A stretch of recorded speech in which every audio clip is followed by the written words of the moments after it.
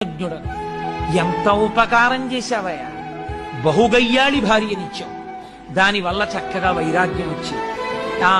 ఏమీ సంసారం అనేటటువంటి విరక్తి కలిగింది.